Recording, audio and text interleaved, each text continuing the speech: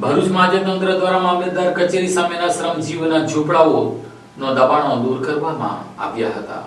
ભરૂચ શહેરના કણબી બગા વિસ્તારમાં આવેલ મામલતદાર કચેરીની સામે વર્ષોથી ચાલતા ગેરકાયદેસર દબાણો વિરુદ્ધ તંત્રએ બુધવારના રોજ કડક કાર્યવાહી હાથ ધરી છે। મામલતદાર માધવી મિસ્ત્રીના નેતૃત્વમાં નગરપાલિકા અને પોલીસ તંત્ર સાથે મળીને આ કાર્યવાહી કરવામાં આવી હતી, જેમાં સરકારી જમીન પર આવેલી 50થી વધુ ઝૂંપડાઓ તોડી પાડવામાં આવ્યા। આ ઝૂંપડાઓમાં વર્ષોથી શ્રમિક વર્ગના પરિવારો રહેતા હતા। તંત્રએ દબાણ હટાવવાની કાર્યવાહી કરતા પહેલા રહેવાસીઓને નોટિસો આપી હતી અને સમયસર દબાણ દૂર કરવાનું આહવાન પણ કર્યું હતું। જમીન પરના આ અનધિકૃત દબાણો દૂર કરતી વખતે કોઈ અનિચ્છનીય ઘટના ન બને તે માટે સ્થળ પર ચુસ્ત પોલીસ બંદોબસ્ત પણ ગોઠવવામાં આવ્યો હતો।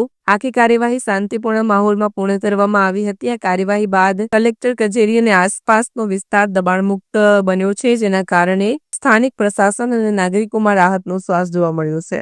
હું વીણાબેન બોલું છું। છેલ્લા 5 વર્ષથી હું આ મામલતદારની પાછળ એક નાનો એવો ચાનો ગલ્લો કરીને મારું ગુજરાન ચલાવું છું। અમે ઘરમાં 3-4 વ્યક્તિ છે અને મારો એક બાબો છે, એ પણ અત્યારે કિડની મરીજ છે સાહેબ। એ એનું પોતાનો નાનો મોટો ધંધો કરીને એની દવાનો ખર્ચો કાઢે છે અને આ ચાના ગલ્લા પર હું મારું ભરણ પોષણ કરું છું સાહેબ। આ છેલ્લા 5 વર્ષથી કરું છું। આ 3 દિવસથી મને એટલી હેરાનગતિ થઈ છે કે અમારા નાના મોટા ગલ્લા તોડી અને બધું અમારું તળિયા ઝાટક બોલાવી દીધું છે। બીજું કે આજુબાજુમાં ગામ જે ઓફિસો છે ત્યાં ઘણા મોટી બિલ્ડિંગો વગર પરવાનગીની બનેલી છે, એ પણ તૂટવી જોઈએ।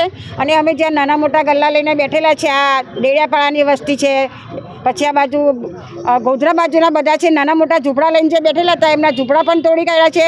અત્યારે બધા અનાજ કે જેનું કોઈ જ આગળ પાછળ નહીં એ રીતની પોઝિશનમાં ટોળા થઈને ઝાડવા નીચે વરસાદમાં બેઠેલા છે। તો એમના માટે કોઈક ને કોઈ અમારો રસ્તો તમારે જોઈએ। અને જો 2 દિવસમાં જે અમારા પ્રમુખ સાહેબ પિયુષભાઈ અરજી આપે છે અને એને જો તમે બાંધકામનું પાક્કું બાંધકામની તોડવાની પ્રોસીડ નહીં કરે તો પછી અમે અમારા પિયુષભાઈને આગળ કરીને અમે અમારા નાના મોટા જે ગલ્લા તૂટી ગયા છે અને જે નાના મોટા ગરીબોના ઝૂંપડા તોડી ગયા છે અમે અમારી અસલ જગ્યાએ સ્થાયી કરી દઈશું।